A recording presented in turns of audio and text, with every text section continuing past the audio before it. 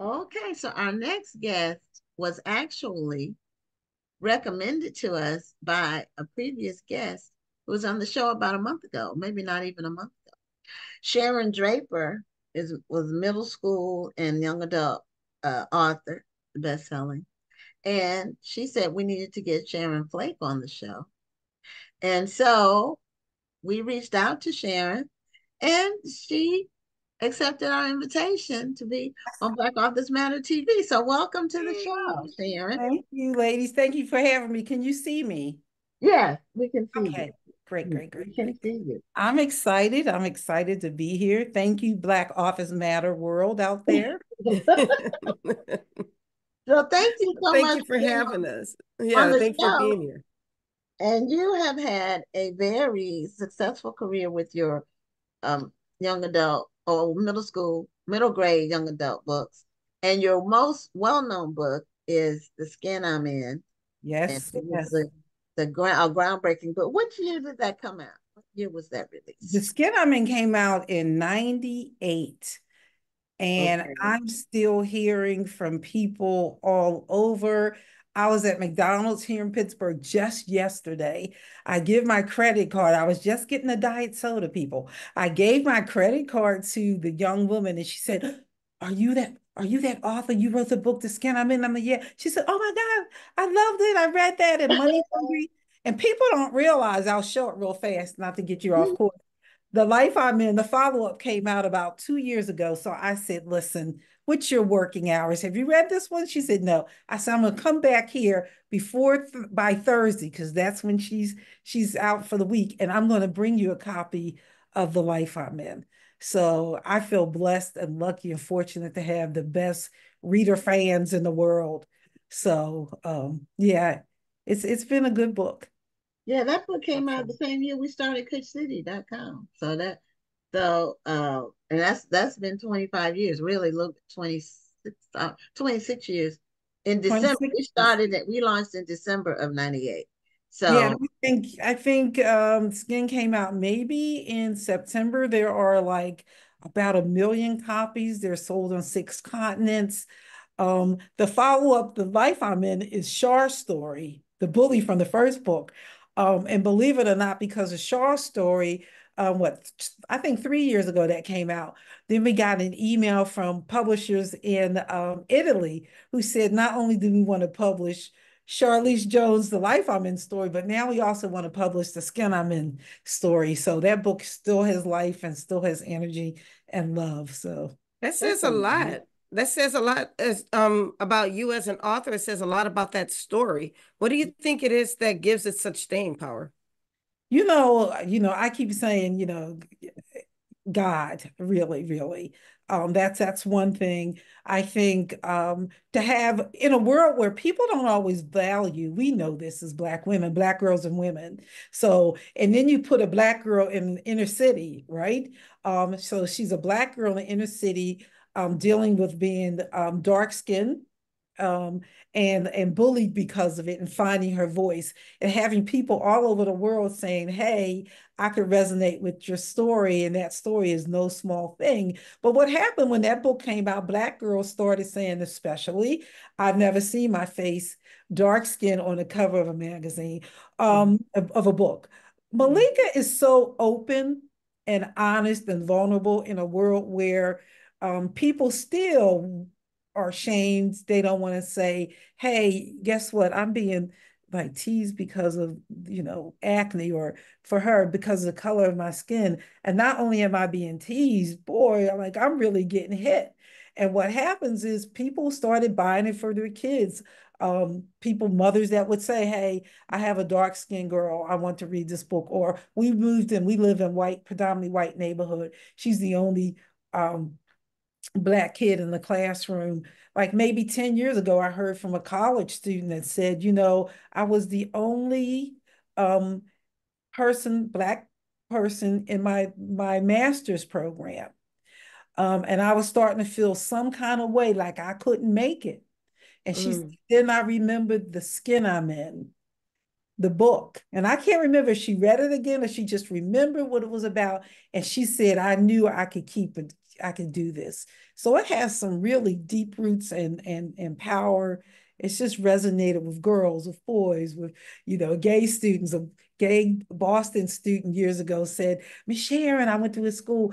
I started a book club called The Skin I'm In. So when you're in middle school or high school, it can be hard. I was in a school in New York not too long ago, and I was there to talk about the skin I'm in and the life I'm in and different books. And me and a student are walking through the hall because a lot of times people send young people to greet me and to, walk me into. And I just saw this very slight interaction, right? This girl, look at this girl. And I'm like, whoa, something just happened. And I think maybe she's bullying this girl, right? And if you were in that crowd of students, you would have missed it.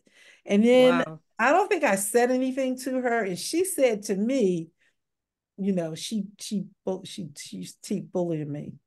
And it was ever so slightly. And with technology, we think the bullying is just happening online, but it's still happening up close and personal. And you still need books like The Skin I'm In and other books to help keep young people walk that journey. Right.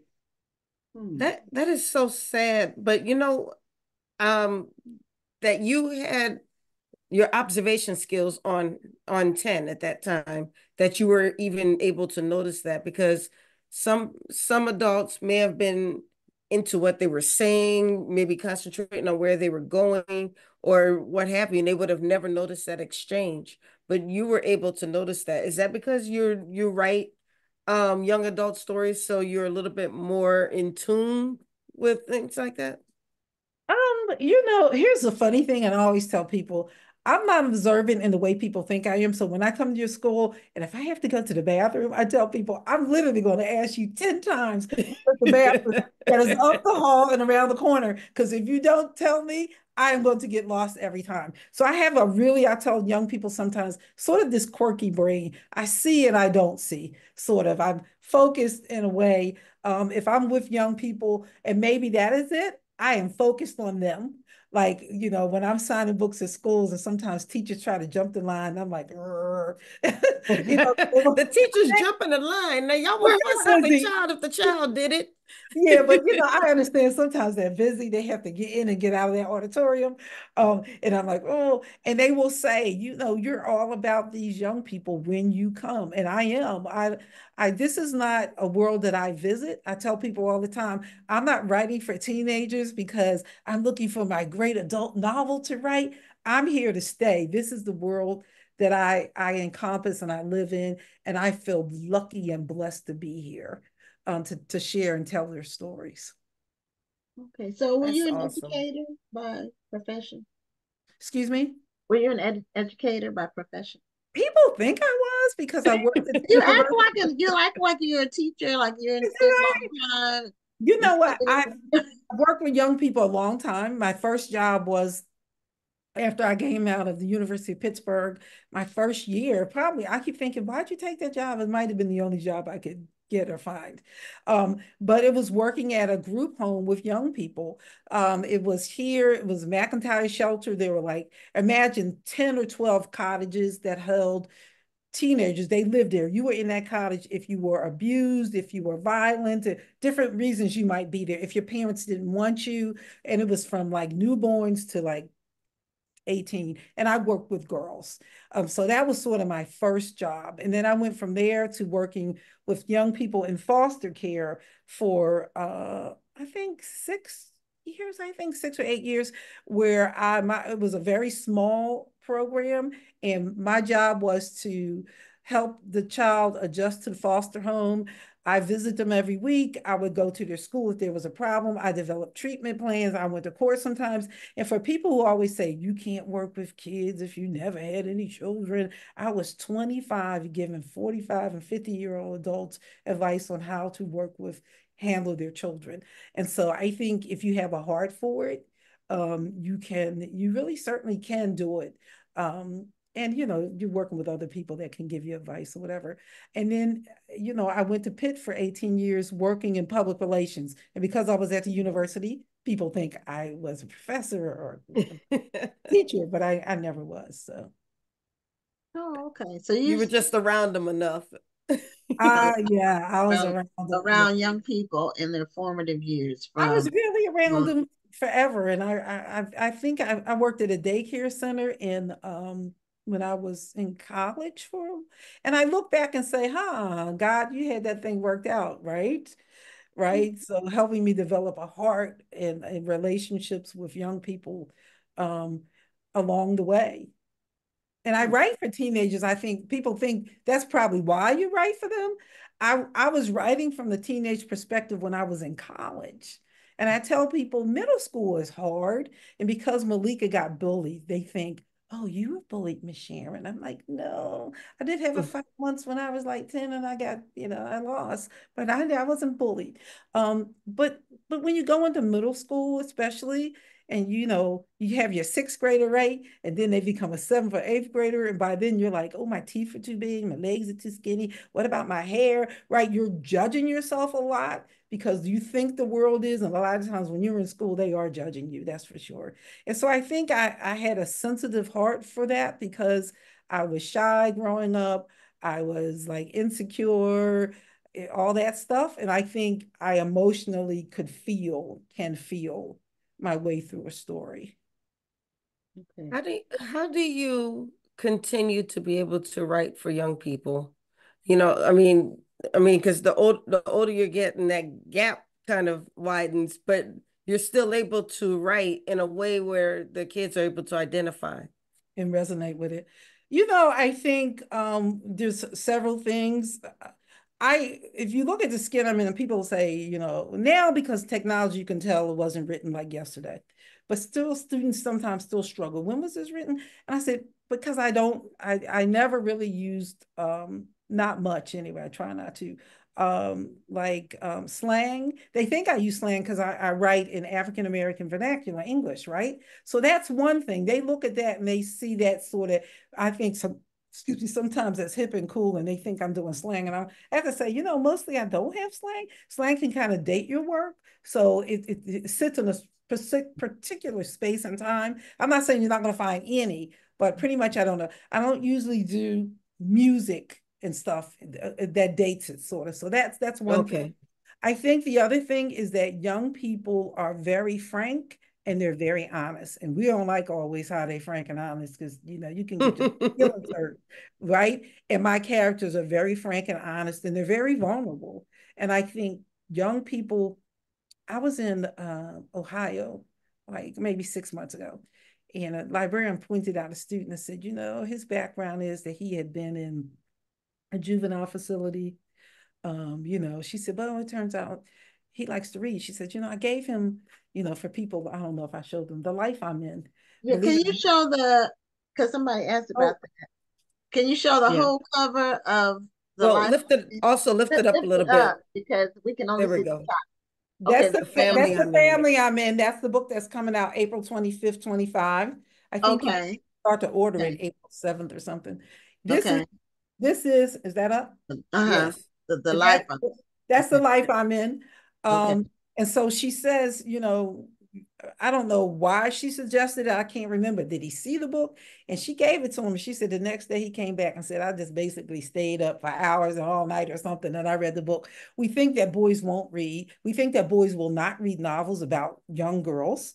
Right. And so I've been fortunate that I have a book called, I don't have it with me, but Who Am I Without Him, about girls and boys and relationships. And I've had boys take that out. I've gotten the skin I'm in. I'll never forget a Caucasian teacher in Alabama text me. She emailed me and said, like for the last couple of weeks, we've had boys coming in every day asking for the skin I'm in. And she said, and they're all white boys. And she said, I kept thinking, is there sex in that book? What's in that book? She said, there's no sex in the book, Karen. Sex in the book. She says, she says, but they just liked it. And because all of those books allow readers, boys, girls, Black, white, Native American, to kind of see teenagers honestly and how they move in the world. with honesty, with vulnerability, with humor.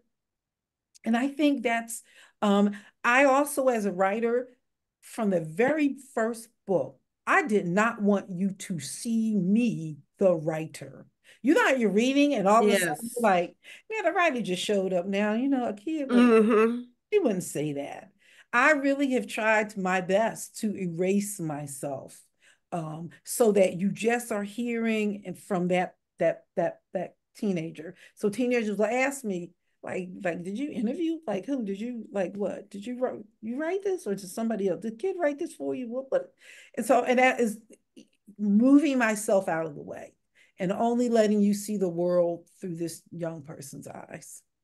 And so that's probably why, you know, I'm still can write from teenagers. Maybe one day I won't be able to write now. And I still feel really fortunate. I still feel really like blessed. This is to me the best gig on the planet. So I'm hoping God Mm. wants me to keep doing it for a while. Now, was there a particular catalyst for you to write the skin I'm in? Was it a situation? What made you say, I'm going to write a book about this dark-skinned girl that's trying to figure out who she is? Um, what I'm made you sorry. do that? What made me do that? I gave birth to a dark skinned girl. Um, and before Brittany was born, I wrote off and on for the years, but I was like a lot of writers, like a lot of people, right? Like, okay, I'm writing today, I'm starting that short story. And then 5 months later, what was I writing? I was writing that short story. Okay, you're right. And I was doing other things writing. I was doing off and on some stuff for publications, off and on, but in terms of actually writing fiction, that's sort of like, yeah, yeah, I'm doing it now. I ain't doing it. And then she was born. And I don't know, I got really consistent for one. I started writing and telling her stories about dark skinned girls who could fly and they could solve crimes. I knew that we as a community, um, any place where, the boats traveled and dropped some folks off and put them in slavery and all that sort of things, any place that was colonized, basically, people struggle with the skin that they're in. Um, and so I knew that, but I will tell you, so that's why. But I will tell you, I had no idea at the depth and level that the whole colorism thing was until the book came out, until young people start coming up to me and their parents start coming up to me, and grown women would read the book in book clubs, and some still do, um, right? To have conversations about what it was like growing up. Still get letters and notes about, I keep saying a couple of months ago. My daughter always saying everything's a couple of months ago to you. But maybe 8 months ago on Twitter, somebody put the jacket to the skin I'm in up. And in 32 hours, there was 700, I'm sorry, there was 600, I think, and 78,000 views of people who had grown up or taught the skin I'm in. Wow. That's a lot. And those were grown-ups, right? So they Mhm. were Yes. grown-ups. I get emails from people saying, hey, um, you know, I just had a baby and I bought the book for my child so that she could read it when she's older. So it still has a life of its own. I wrote The Life I'm In because people for years have been saying, whatever happened to the bully? We wanted to know what happened to Shar. And so I told her story, about 3 years ago, I think that came out. And the Kirkus Review people, it was up for a $50,000 prize out of 10,000 entry books that they read. They selected 6 books to win this $50,000 prize. And The Life I'm In did not win the prize, but The Life I'm In was one of those 6. And I was really thrilled. Oh, that's still an honor. It's still an honor. It's a book about um, uh, human trafficking, as a matter of fact. So it takes the characters, it takes Shar and Malika is the protagonist in The Skin I'm In. Shar is the protagonist in The Life I'm In, and it takes them and then puts them in here. And Shar ends up being trafficked, and so having people walk that thing out and getting to see Shar very differently too. Caring for a baby that's not her baby. It's issues of forgiveness. Am I my brother's keeper? Because she wasn't nice to Malika in the first book. So you have the second book, and I ask young people sometimes, could you forgive Shar? And they're like, no, I don't think I can do that. But they understand and appreciate Shar in a different way. And they both show up again in The Life I'm In, the latest one. Family I'm in. The Family I'm In. Lord, there's so many I'm ins. I'm getting The Family I'm In, which is about John and Caleb, two boys from the first book. In the first book, Caleb was sort of perfect. I really was also trying to show the world that Black boys show up in different ways. So he was this great student. He was Afrocentric. He was Malik, he wrote poetry and he loved Malika, but I can't get any better than that. But John tells the story, the guy in the jacket. He tells the story, and he was somebody that teased Malika in the first book. And people always said, oh, did he really like her? He's her color. He talked about her complexion. Did he really like her? So I explore several things in this book. Both of these boys have amazing fathers. They do. They have fathers that love them madly. Caleb's father is just guy who's been hardworking, the kind of guy that you can just go and have all kinds of conversations with as a boy. And John, the protagonist, does go to Caleb's father to have conversations, but he's ill and he's sick. And because he's been so amazing, Caleb is like, no, I got to step in. I got to fill in his footsteps. Maybe I'll drop out of school. I got to make money. He doesn't do anything illegal to make that money, but he does sort of work himself into the ground, and he has to learn to have some parameters around that relationship. John, again, the guy on the cover, his father is wonderful in his own way. He's the kind of guy that everybody in the neighborhood wants him for a father. But he, in a way, would like a different kind of son, right, than he has. His father wants the kind of boy that, hey, is scoring off the charts in basketball, right? Is the quarterback in football. And John doesn't like sports. He's not interested. He's interested in archery, but he's not interested in football or baseball.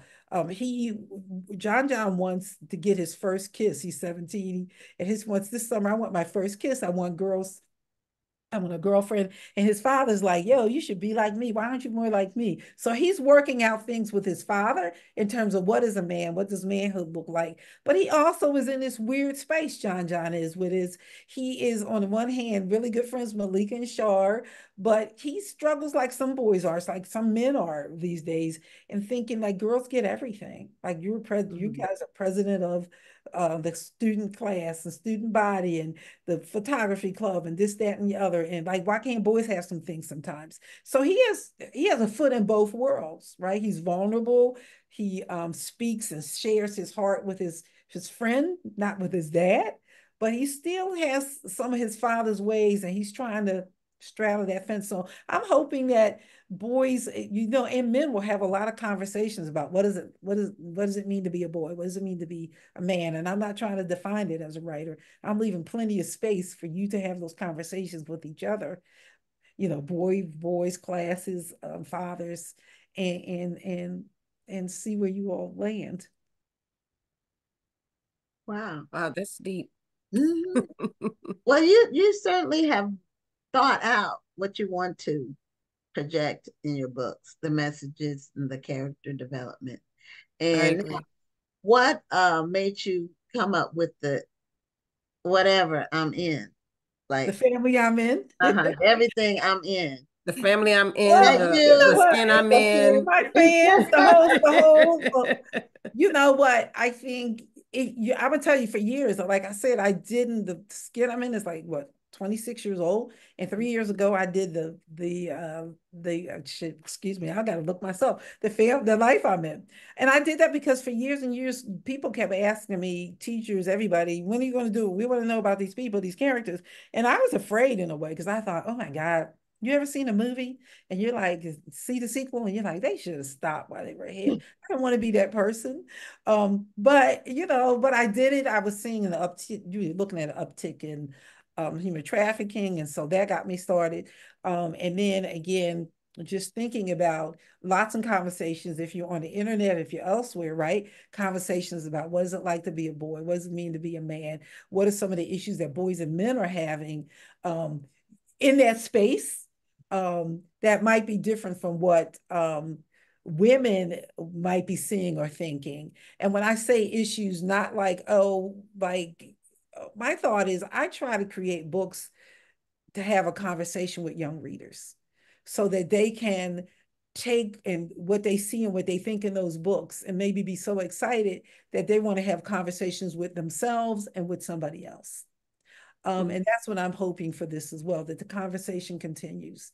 And that we'll all find out something about more about young boys, young Black boys, how they love their relationship with their fathers, the struggle they have with the changing nature of boyhood and manhood, right? The expectations are shifting right under their feet. And we might all not always agree or like it or think, hey, the way they think. But I think you don't get anywhere if you don't have conversations about it. And that's what I'm hoping for. And this right now, almost more important than ever before, these conversations need to be had in this day and age. Thank you. Thank you. I'm in full agreement. I'm in full agreement with that. So we're getting some really good feedback from the audience about getting a copy of the book, and the conversation is really important and necessary. So, and I do understand when you said that all the people who read The Skin I'm In want to know what happens to the characters, and that's Rhonda and I are both writers, and so I know when I had my one novel, I have all kinds of books, but when I had my novel, my one work of fiction, that I thought this is it. And then the readers kept saying they wanted to know what happened to the people. So the main character especially. So I had to come up with the sequel, but it was 10 years in between. So Okay, not the only one. right. A little bit longer than you Yeah. did, but yeah. So you know how people can be attached to characters, They both of can. I mean, they act like they're yeah. real people. And I'm like, okay, these aren't real I people. think I think it's a compliment when people ask whatever happened to such and such character. That means that they really resonated with that person or with that character. They're really thinking about them, so they really want to know. Oh yeah, absolutely.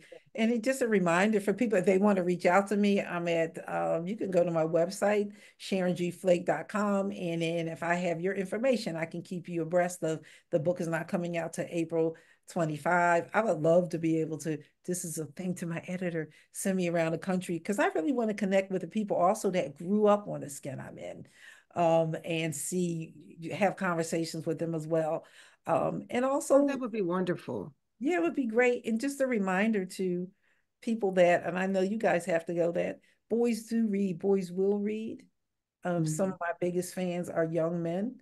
And there are books out there for them. We just have to put them in their hands and read them to them if we have to. Because guess what? Teenage boys don't mind being read to. I'm just saying. Okay.